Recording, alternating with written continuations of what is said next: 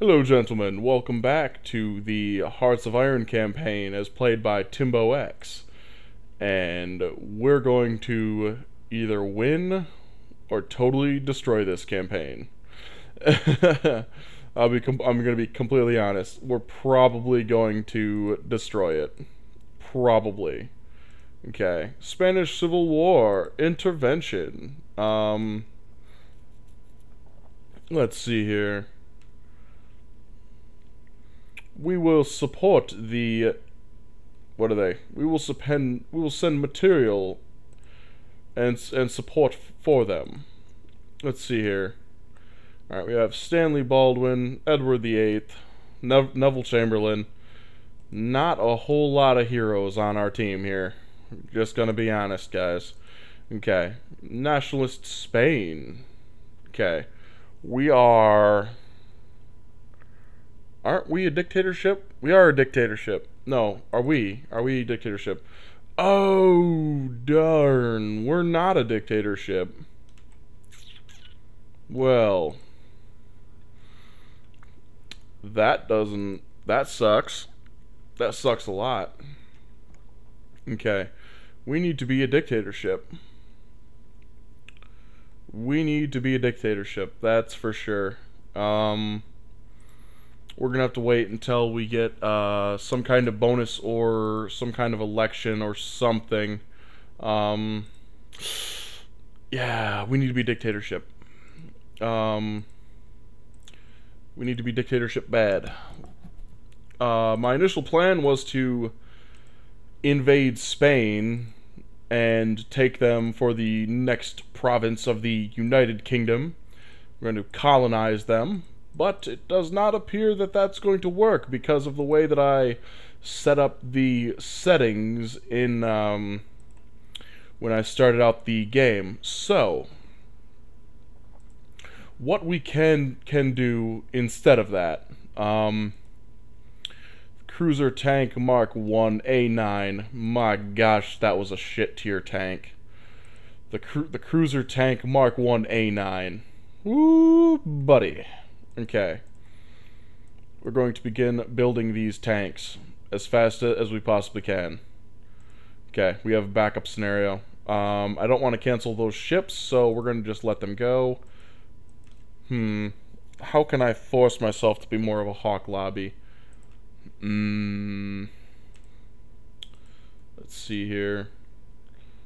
Actually, we could... No, we can't invite Nationalist Spain to our alliance. Let's invite the Czech Republic. Nope, that's not going to work. Alright, France is going to give us technology. I didn't know France had technology. Haha! Bashing France. Okay, Nationalist China. How would you like to join my alliance, sir? You could give us an edge on fighting these Japanese. Okay, so we are slowly getting better and better relations with the Chinese. I know that if I get my relations high enough with the Chinese, it is possible that we will be able to form a military alliance with them, and they will provide us with almost unlimited manpower in the Far East, which will almost guarantee to secure our provinces in the East from the Japanese, being that we can provide the nationalist Chinese with fighters, tanks, planes. Oh, god damn it. Fucking hippies.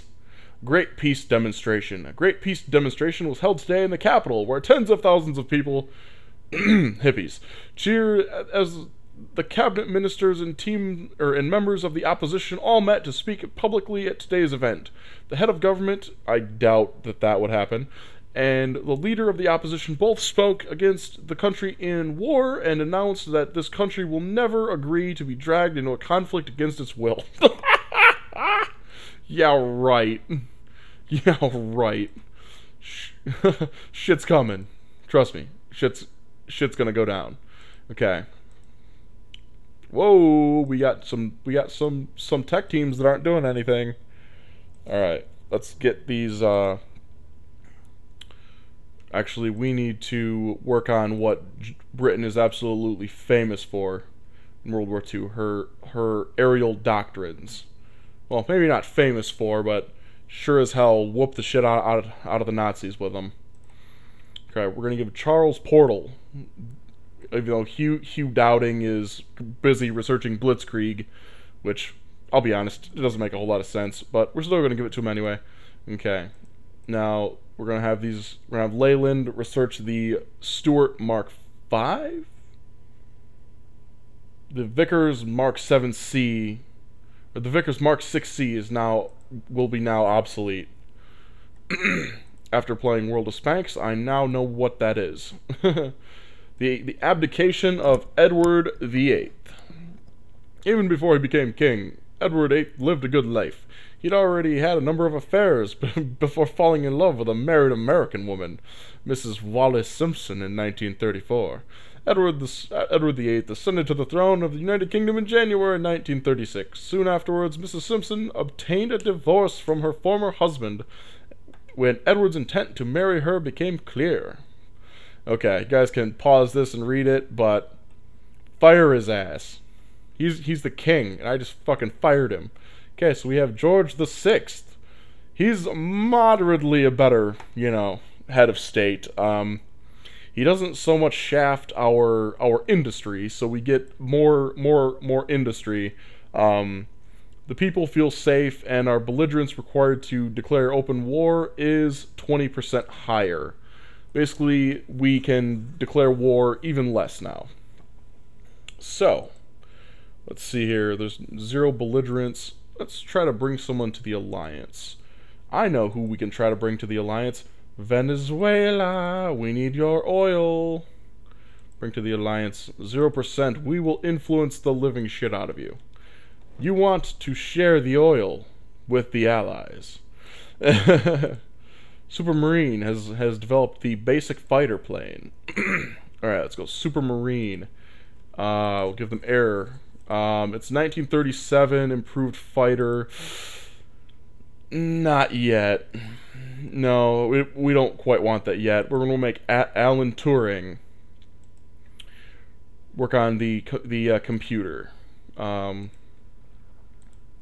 So let's make nationalist China love us even more.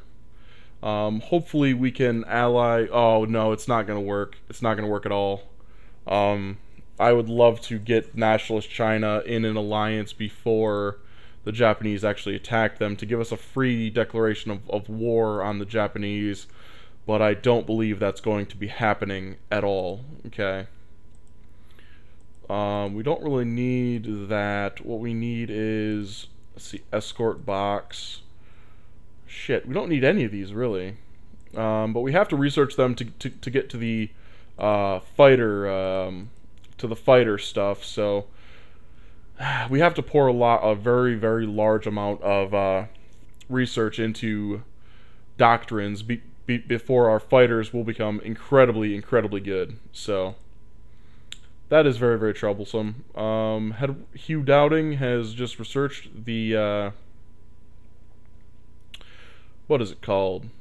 The Spearhead Doctrine, I think it was. Alright, let's get more Hawk Lobby. Let's get a little bit more Hawk Lobby, if you guys know what I mean. Okay, Dudley Pound has developed Base Strike Doctrine.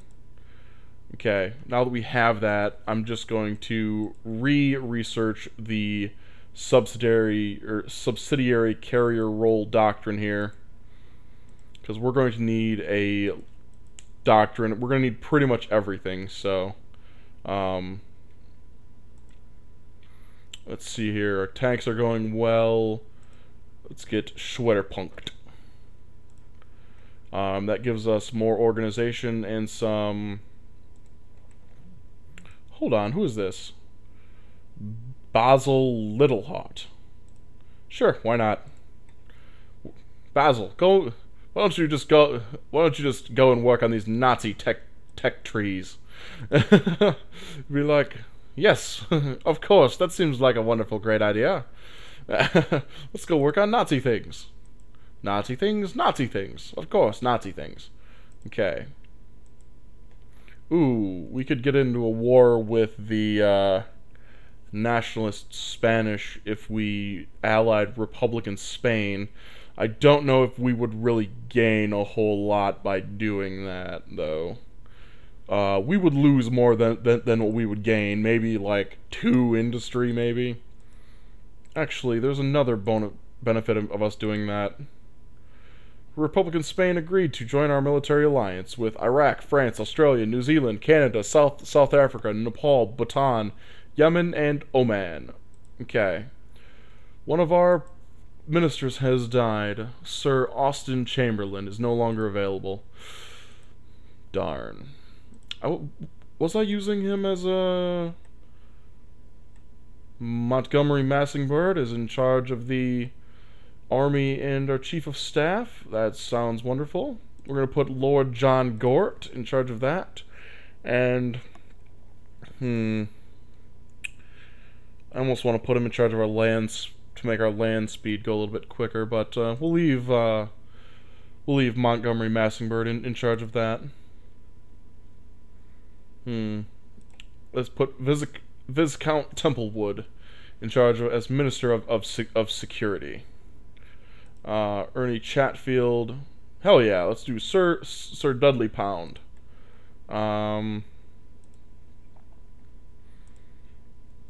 Let's see here.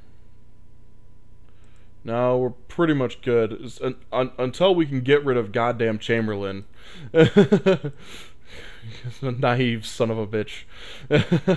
Like, what do you say? Like, he's a naive son of a bitch. That's exactly what he is. Okay. Now let us get our fighter research. While we are in a state of war, I'm going to build a large number of Supermarine Spitfires. Because fuck you, Germany. Fuck you. Fuck you, that's why. Okay, so we're going to basically burn through a lot of production, because when we are in a state of war, as I kind of tricked the game into putting us into a state of war, we get 50% additional industry for quite a while, until Germany starts, you know, annexing things and just being a bad boy, you know. That's exactly what I'm going to call it. Until Germany starts to be, you know, a bad boy. Then we're going to start to get a higher, you know, peacetime tech bonus. But until then, we have the Navy, the land, the air, and then we have the industry and armor being worked on. But Britain is one of those where you're supposed to be a very strong support power, but I prefer to just be, you know, a good everything. And that actually reflects a lot into my playstyle as the United Kingdom. Okay, let us land in... No, we can't land there. Let's land in... Let's land here. Because we're taking something. We're gonna get something out of this war. And if we get this, we get industry or we get 1 manpower, metal, and some coal. So England does want. Oh yes, this is a constitutional policy attacked by the opposition. A current constitutional policy is under A current constitutional policy is under harsh attack from extremists. We must now defend democracy. We can ride out the storm. The results are public dissent 10%, cave to the conservative demands, which brings us to be more like Nazi Germany, except more. It's a socialist conservative kind of thing. So it's democratic, but it's right wing. We can cave into the socialist demands, which I will not do, and we can cave into the extremists. Our domestic policies move two moves towards authoritarian. Currently, we're at full democracy, so that would bring us to 7 on a slider of 9 towards democracy. But we will... what is going to determine the way that I play this game? Conservative demands want central planning, which... let's cave into the extremists, which will take away our dissent, take it down to 0. We will become more authoritarian, which makes our tech teams cheaper, and on the downside, we require more consumer goods to make the people happy. So we will cave to the Authoritarians, which slides us to here. Our nation is still a democracy, but we are now social conservative instead of a market liberal, which is the direction that I want to be going. Japan just declared war on nationalist China. Their defeat is assured, I guarantee it. We can now take this. Oh, it took it for the Republican Spanish. Okay. Actually, I don't want to help them at all with that, because the longer we as Britain are at a state of war, the longer that I can use, or that I can actually have my full industry. So this is a fuck. The war is going to be over soon. They just that, and now the Spanish Civil War ends. An important experience. God damn it. We gain a blueprint for improved destroyers. I'm not even gonna build those. Great. Not great. Okay. Basil has done the research on the Schwerpunkt doctrine. I'm going to have him research the Blitzkrieg doctrine next. Okay, English Electric Company, I'm going to assign them... Let's actually assign them to do some aircraft research. Let's make Lee Enfield do it. Lee Enfield, a good bunch of guys. Okay. Alright, let us place our tanks. We'll put them in Dover. The 1st Armored, 7th Armored. We will smash them. We will put them with General Kirk. Too bad I can't make him a captain, because that would be hilarious. That would be truly hilarious to me in a very funny kind of way. Like, Captain Kirk. Captain Kirk is now a tank commander. Okay. So basically, we're going to reassign these men under Field Marshal Montgomery. Alan Turing has researched the computers as we had instructed him to do so. We'll have him research advanced... No, that's quite a ways down the road. Let's take him off there and begin advanced machine tools, which will give us additional industry. Hugh Sinclair. Lord Cecil of Shellwood. Or Brandon Bracken. He must have had some really mean parents. Brandon Bracken. That's just fun to say. Brandon Bracken. That's just really fun to freaking say, man. Okay. The Home Fleet, the Transport Fleet, the 1st Corps. Okay, let's assign them all together. Where did our other ships go? Where did those other ships go? Okay.